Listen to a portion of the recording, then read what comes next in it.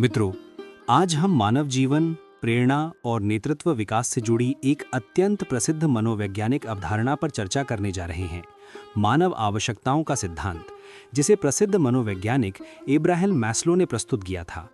दुनिया भर के मैनेजमेंट संस्थानों, नेतृत्व प्रशिक्षण कार्यक्रमों और कॉर्पोरेट शिक्षा में इस सिद्धांत को बहुत महत्व दिया जाता है। लेकिन आज एक महत्वपूर्ण प्रश्न पूछना आवश्यक है। क्या ये सिद्धांत भारतीय जीवन की वास्तविकता को पूरी तरह समझाता है? क्योंकि भारत में व्यक्ति केवल एक इंडिविजुअल नहीं होता, वो एक परिवार, संस्कृति, परंपरा और सामूहिक जिम्मेदारी के भीतर विकसित होता है।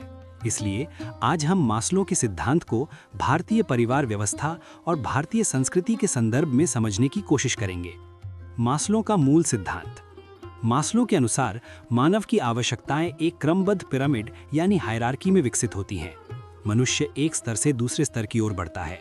इस पिरामिड में 5 स्तर होते हैं: शारीरिक आवश्यकताएं, सुरक्षा की आवश्यकता, प्रेम और अपनापन, सम्मान और प्रतिष्ठा, आत्म साक्षात्कार। मास्लो के अनुसार व्यक्ति पहले अपने जीवन की मूलभूत आवश्यकताओं को पूरा करता है और उसके बाद धीरे धीरे उच्च मानसिक और आध्यात्मिक विकास की ओर बढ़ता है। लेकिन यदि हम भारतीय समाज को ध्यान से देखें तो एक रोचक तथ्य सामने आता है। भारत में ये आवश्यकताएं हमेशा सीधी रेखा में नहीं चलती। अक्सर यहाँ परिवार और संबंध व्यक्ति की व्यक्तिगत सफलता से पहले आते हैं। यही वो स्थान है जहाँ भारतीय संस्कृति मास्लो के मॉडल को एक नया आयाम देती है। पहला स्तर, शारीरिक आवश्यकताएं। सबसे नीचे के स्तर पर आती हैं जीवन की मूलभूत आवश्यकताएं, जैसे भोजन, पानी, आश्रय, स्वास्थ्य। लेकिन भारतीय परिवार व्यवस्था को देखें। बहुत से घरों में माँ सबसे अंत में भोजन करती है, पिता परिवार के लिए कठिन परिश्रम करता है, दादा दादी अनुभव और मार्गदर्शन देते हैं, बच्चों की सुरक्षा और देखभाल पूरे परिवार की जिम्मेदारी होती है। ये हमें एक महत्वपूर्ण बात सिखाता है। भारत में जीवन की मूलभूत आवश्यकताएं केवल व्यक्तिगत नहीं बल्कि सामूहिक होती हैं। परिवार ही पहला सुरक्षा तंत्र बन जाता है। दूसरा स्तर, सुरक्षा और स्थिरता। जब मूलभूत आवश्यकताएं पूरी हो जाती हैं, तब मनुष्य को सुरक्षा की आवश्यकता होती है, जैसे आर्थिक सुरक्षा, नौकरी की स्थिरता, स्वास्थ्य सुरक्षा, सामाजिक संरक्षण। भारत में सुरक्षा 3 स्तंभों पर आधारित होती है: परिवार, समाज, परंपरा। माता पिता अपने बच्चों की शिक्षा के लिए जीवन भर की बचत लगा देते हैं। परिवार बीमारी या संकट में एक दूसरे का साथ देता है। समुदाय विवाह, त्योहार और संकट के समय सहयोग करता है। इस प्रकार भारतीय समाज में सुरक्षा का तंत्र सामाजिक संरचना से ही निर्मित हो जाता है। तीसरा स्तर, प्रेम और अपनापन। मास्लो के अनुसार तीसरा स्तर है प्रेम और अपनापन। लेकिन भारतीय संस्कृति में ये स्तर कई बार जीवन की शुरुआत से ही मौजूद होता है। बचपन से हमें सिखाया जाता है, बड़ों का सम्मान करो, परिवार का साथ दो, रिश्तों को निभाओ। भारत में अपनापन अनेक रूपों में दिखाई देता है: त्योहार, पारिवारिक समारोह, धार्मिक परंपराएं, सामाजिक रीति रिवाज। चाहे दिवाली हो, गणेश उत्सव हो या विवाह समारोह, ये सब रिश्तों को मजबूत करने का माध्यम बनते हैं। इस प्रकार व्यक्ति अपने आप को एक बड़े सामाजिक तंत्र का हिस्सा महसूस करता है। चौथा स्तर, सम्मान और प्रतिष्ठा। जब व्यक्ति को अपनापन मिल जाता है, तब वो सम्मान और पहचान चाहता है। मनुष्य चाहता है सम्मान, उपलब्धि, आत्मविश्वास, सामाजिक पहचान। भारतीय समाज में सम्मान केवल व्यक्तिगत सफलता से नहीं मिलता। सम्मान मिलता है ईमानदारी से काम करने से, परिवार की जिम्मेदारी निभाने से, समाज की सेवा करने से, अच्छे चरित्र से।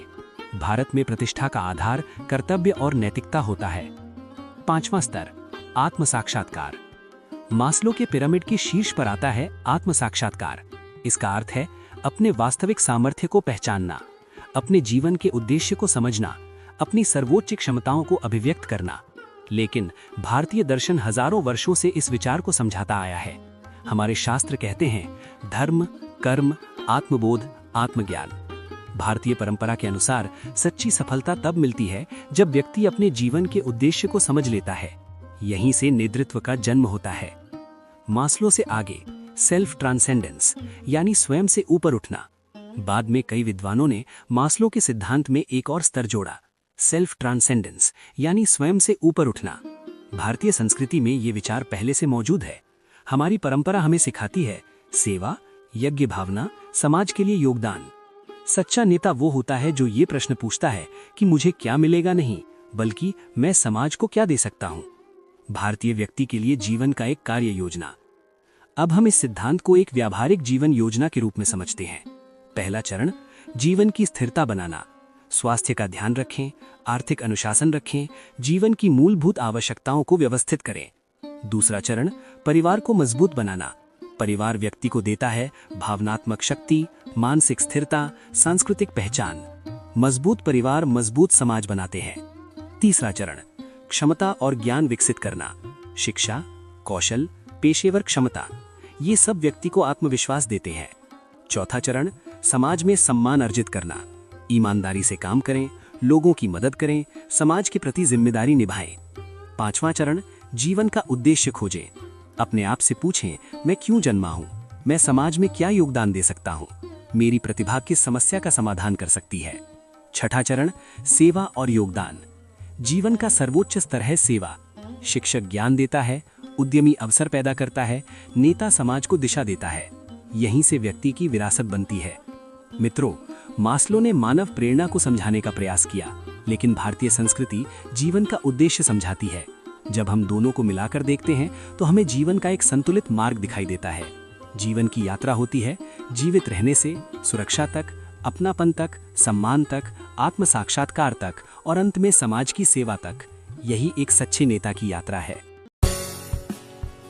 दोस्तों, उम्मीद है आपको यह वीडियो पसंद आया होगा। कृपया लाइक, कमेंट, शेयर जरूर कीजिए और सब्सक्राइब करना मत भूलिएगा।